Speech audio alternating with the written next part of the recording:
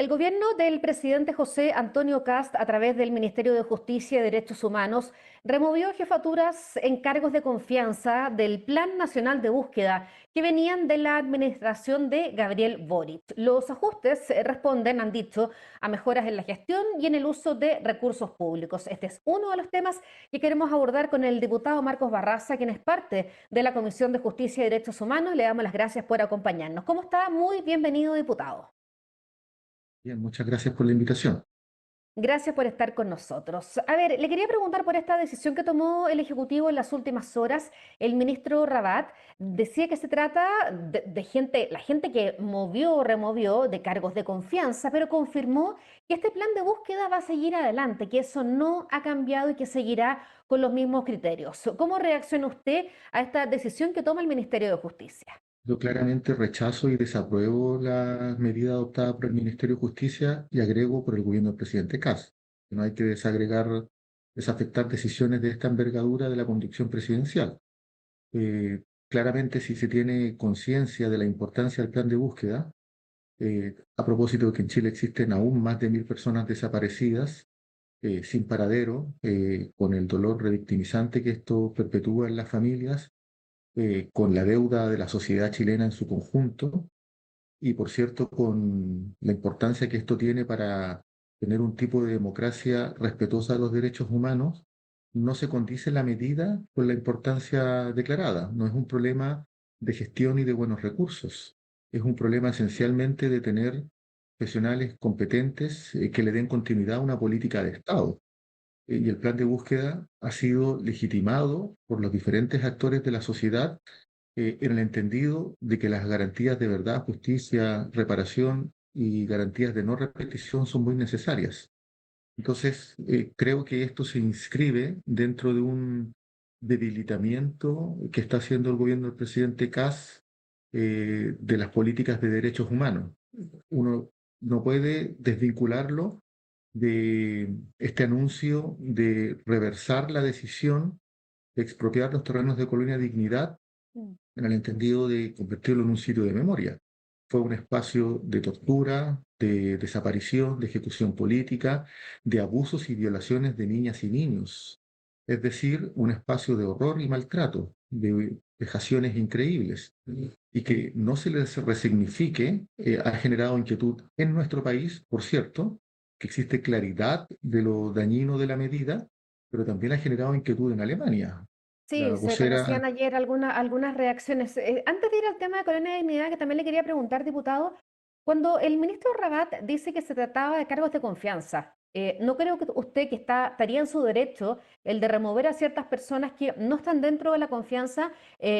Por otra parte, estas funcionarias desvinculadas decían, esto es un tema totalmente político, cuando las sacan del Plan Nacional de Búsqueda, pero el ministro reitera que se va a seguir con el plan adelante.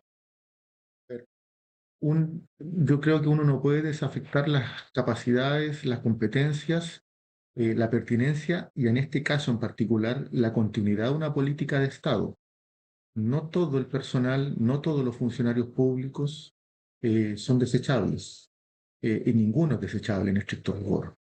En una medida tan importante como el plan de búsqueda se requiere vocación por la justicia, la verdad, la reparación y las garantías de no repetición. Entonces, truncar una política de Estado que estaba cursando, que estaba haciendo su camino, claramente no es bueno, no es buena señal. Se inscribe dentro de una lógica negacionista. Respecto a Colonia Dignidad, el ministro Poduje dijo que el gobierno anterior no tenía las atribuciones para realizar o para hacer lo que quería hacer en ese lugar y que por eso llevó adelante esto de revertir la medida y transformarlo en esto en un sitio de memoria. Creo Le pregunto que por la razón que entregó el ministro y cuál es su reacción o su respuesta. no, yo sin duda no comparto y rechazo las declaraciones del ministro de Vivienda. Eh, Son todos los organismos del Estado los llamados a ejecutar de manera transversal políticas con enfoque de derechos humanos. Eh, y creo que la medida estaba cursando, no solo lo creo, estaba cursando. El Ministerio de Vivienda también tiene un rol en el espacio público, eh, y era un camino viable para expropiar terrenos que fueron utilizados para tormentos y horrores. Entonces, desafectar la medida de fondo respecto de una discusión procedimental no es razonable. Eh, es básicamente tratar de justificar por procedimiento una cuestión que es de fondo. El tema de los indultos también ha hecho noticia. Ayer en una entrevista a Archie, el presidente Kast confirmó que aplicará indultos. No descartó beneficiar a condenados por derechos humanos y ahí cuando se le preguntaba dijo, a ver, vamos a estudiar caso a caso de forma particular, pero sí quiero hacer una modificación, que sea un órgano colegiado el que decida quién merecería o no un indulto. Ese es otro de los temas que ha generado polémica. Y ha generado polémica con justa razón, porque existe, creo que son cada vez más las voces, se está generando un consenso respecto de que la institución, el mecanismo para generar indultos presidenciales, tiene que ser en base a una objetivación de criterios. Esa objetivación de criterios requiere que sea un órgano, primero, desalojarlo de la de voluntad y la decisión presidencial, sino que más bien situarlo en un espacio de deliberación donde participe más de una entidad en la definición del indulto. Autónoma, me Y imagino. autónoma, por cierto. Será debatible las características de esa entidad. El punto está en que si existe relativo consenso y en las palabras del presidente de la República también hay un reconocimiento de que hay que modificar la ley, pero a reglón seguido el mismo presidente dice que él va a indultar primero, está haciendo un uso discrecional de una atribución que está obsoleta.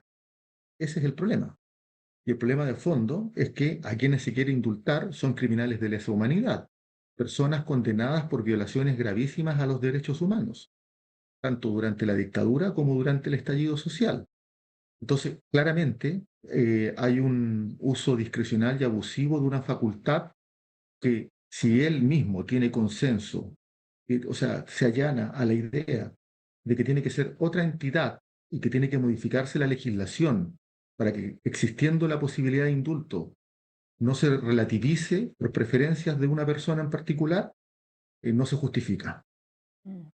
En cuanto a su comisión, usted ya lo decía, es integrante de la Comisión de Justicia. ¿Cuáles cree usted que son las iniciativas más importantes a sacar adelante durante esta administración? A ver, todavía no conozco, o sea, vi una Claro, lleva un poquitito presentación, tiempo, no hubo sé, recién ahí este cambio en vi las una comisiones. presentación del ministro de Justicia en la comisión respectiva, donde hizo planteamientos a propósito de mejorar los estándares de probidad de gendarmería. Yo estoy de acuerdo con eso. Hizo un planteamiento respecto de dejó inconclusas las materias de derechos humanos, se abstuvo de plantearlas y las delegó a la presentación que el subsecretario tenía que hacer en la Comisión de Derechos Humanos. ¿Usted se Pero lo yo creo que planteó y él no quiso responder o lo sí, dejó aparte? no, lo postergó en el planteamiento. Pero yo creo que lo de fondo, lo primero, antes de debatir cuál es la agenda legislativa, que es muy importante, por cierto, lo central es saber cuál es el impacto que tiene la reducción presupuestaria del 3% al Ministerio de Justicia. O sea, a mí me parece que eso es clave. Si el gobierno tuvo la capacidad de revertir una decisión inadecuada, equivocada, que tenía las prioridades alteradas respecto al Ministerio de la Seguridad Pública, restituyendo el presupuesto del 3%, deja de manifiesto que el problema en los recortes presupuestarios no es de presupuesto, sino que es de prioridades. Y en ese sentido, el Ministerio de Justicia me parece que debe tener la misma prioridad que el Ministerio de Seguridad Pública, el Ministerio de Salud y el Ministerio de Educación. Entonces creo que la discusión, yo fui enfático en señalar, en preguntar más bien cuál era el impacto presupuestario de la disminución de este recorte del 3%. Y creo que aún están en oportunidad de revertir esa decisión. Dijo el presidente Kast, bueno, cuando revirtió la decisión en el Ministerio de Seguridad, que iban a estudiar otros ministerios, otras carteras donde también podría revertirse esto, otras áreas tal vez. ¿Usted espera entonces que justicia sea uno de esos ministerios donde se mantenga ese 3%? Yo creo que es de sentido común, de expectativa ciudadana, que la justicia se mejore y no que se debilite. Por lo mismo, mantener el presupuesto es muy pertinente. En la misma dirección, no reversar la decisión de disminuir el presupuesto en salud y en educación son áreas claves desde el punto de vista de la calidad de vida de las personas, de las chilenas y de los chilenos.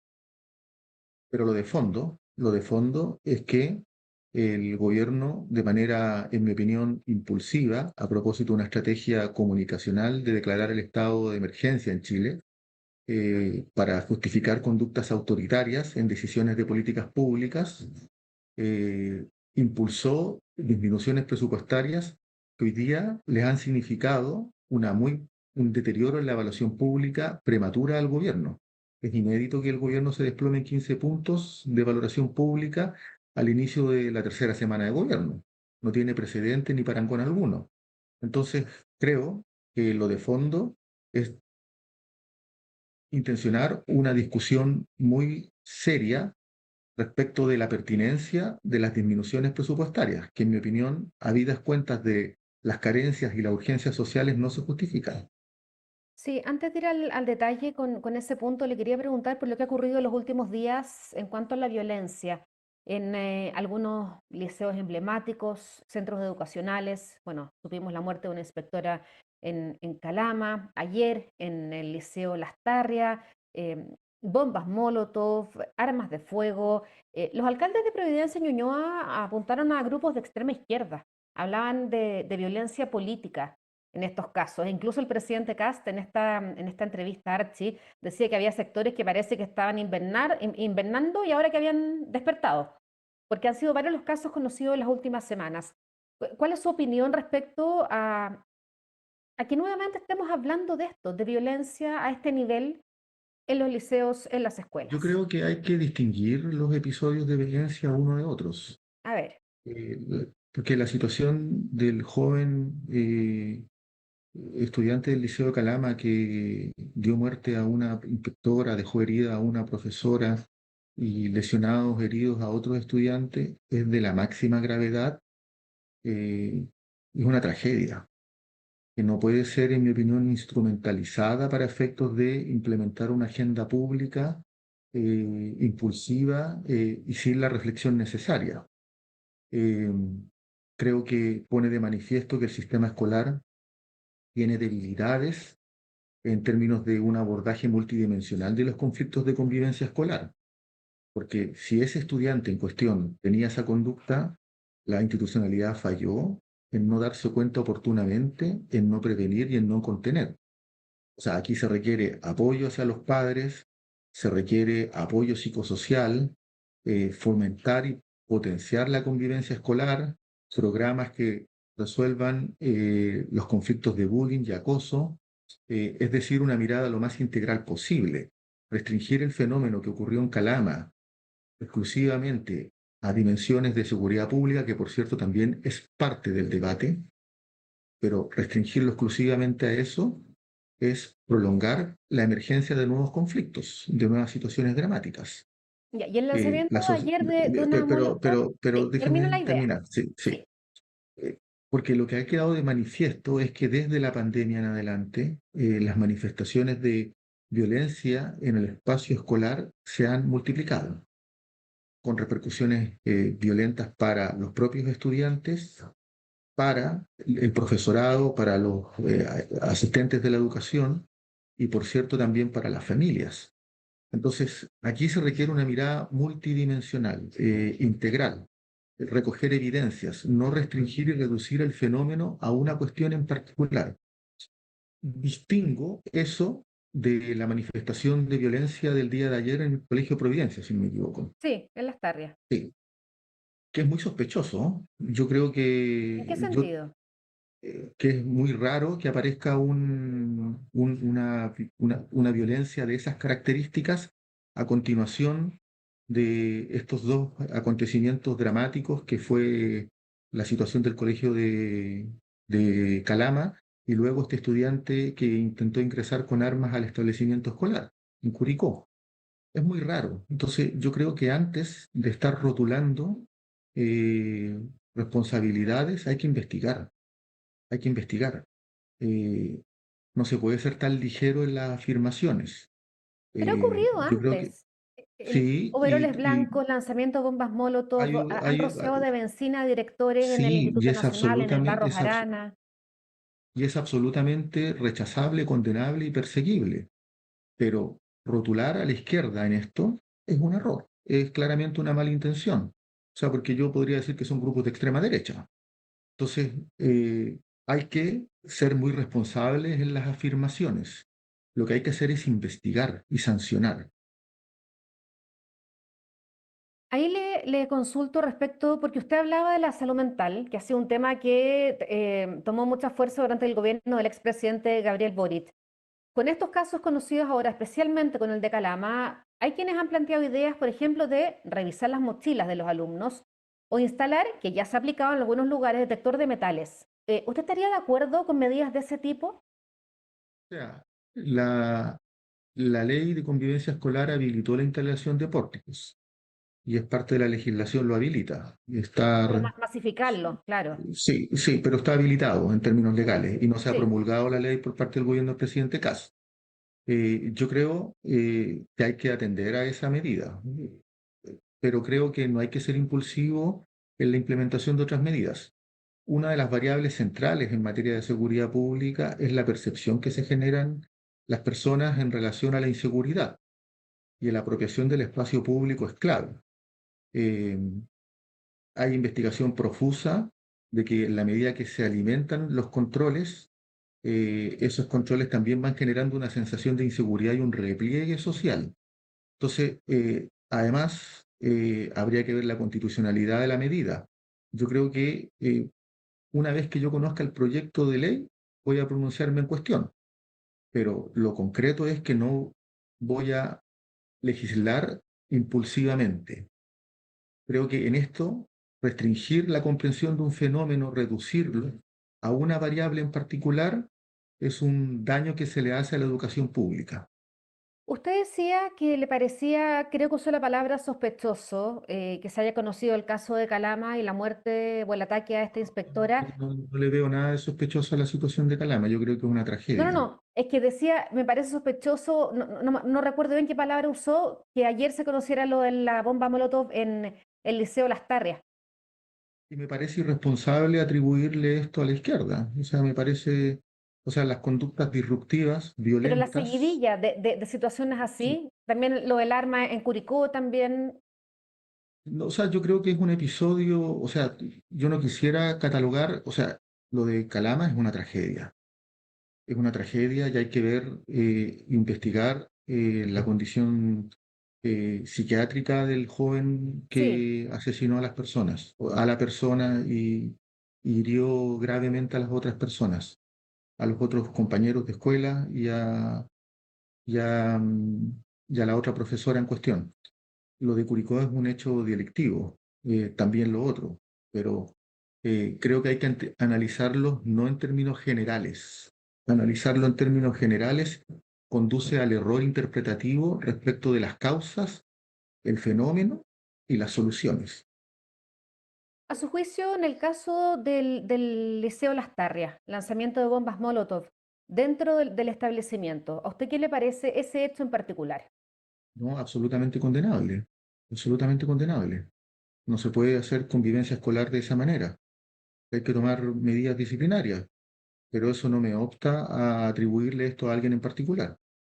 Perfecto. Lo último, otro tema, me gustaría conocer su evaluación de estos primeros veintitantos días del gobierno del presidente José Antonio Kast. Estuvo el tema del alza de los combustibles que le trajo, usted ya decía, una caída fuerte en la aprobación. Está también la reversión de muchas medidas. Por ejemplo, se han retirado casi 100 decretos y reglamentos de la administración del expresidente Gabriel Boric. Han dicho que están en revisión la salida de algunas personas de distintas carteras. ¿Cómo evalúa usted lo que han sido estas primeras semanas de esta administración? Sido, en mi opinión, muy convulsionadas. Se le ha traspasado mucha angustia, ansiedad, inestabilidad y tensión hacia las familias en Chile por medidas que no se justifican. Hoy día se conoció en información de prensa el presupuesto en caja del Estado era de 3.600 millones de dólares hacia febrero de este año. Información de la DIPRES. Y que si se compara con el gobierno del presidente Piñera de 3.900 millones de dólares. No eran los 40 millones de dólares que el ministro Quiroz decía. Por tanto, parte importante de las medidas que el gobierno ha impulsado y cómo las ha justificado es en base a una crisis económica. Yo creo que la orientación que tiene, y que es una información falaz, yo creo que la orientación que tiene el gobierno es a crear una crisis, un shock económico neoliberal, que se justifica a partir de la generación de miedo y ansiedad respecto de las condiciones económicas. El estado de emergencia está antecedido de Chile se cae a pedazos y luego viene consecutivamente el estado quebrado. Ninguno de esos conceptos tiene verificación real y empírica, pero lo que sí tiene verificación real y empírica es el alza en el costo de la vida que se está forzando y fabricando con una sensación de crisis en las familias, con una sensación de angustia en las familias, que tiene impactos medibles. Va a subir, se va a incrementar el costo en el alza de la vida, en el costo de la vida, y se va a incrementar el IPC. Y esas son consecuencias directas de la política pública que está implementando en términos de shock económico neoliberal el gobierno del presidente Kast. Bueno, el presidente acaba de anunciar Bien, algunas medidas, pero perdón, es que esto fue recién, para mitigar obviamente el alza de los combustibles, entrega de gas licuado y bonos a algunos sectores, entre ellos a los pescadores. sí, pero en ningún caso vienen a compensar el traspaso del precio de los combustibles hacia las familias. En ningún caso. El problema del combustible es que impacta negativamente y su alza a las familias más vulnerables, sin duda, pero también a la clase media. Este no es un problema exclusivamente de focalización en recursos. Los mitigadores no son suficientes. Lo que hay que es revertir la decisión de traspasar el alza del combustible a las familias. Hay que revertirlo. Y creo que la orientación, el propósito del gobierno del presidente Kast es, por un lado, generar una sensación de crisis económica aparejada de un empobrecimiento en el discurso y en la calidad de la política que justifique conductas autoritarias. Bueno, ahí decían de la DIPRES respecto a la caja fiscal que apuntaría a masivas emisiones de deuda que se habían realizado en enero y ya en febrero. Los números hablan por sí mismos. 3.600 millones de dólares al mes de febrero, 3.900 comparativamente respecto al gobierno del presidente Piñera cuando terminó su periodo presidencial, y no los 40 millones de dólares que decía el ministro Quirós. No, claro, pero con pandemia de por medio, en el gobierno Sí, del... pero lo que quiero destacar es la Sí, falacia de la política pública que está impulsando este gobierno. perfecto. Diputado, le queremos dar las gracias por su tiempo. Estaremos hablando más adelante de todo lo que lleve, estudie, analice la Comisión de Justicia de la cual usted es integrante. Muchas gracias por haber estado con nosotros. Gracias a usted, que esté muy bien. Hasta pronto. Igualmente. Y ustedes invitados a quedarse aquí en emol.com.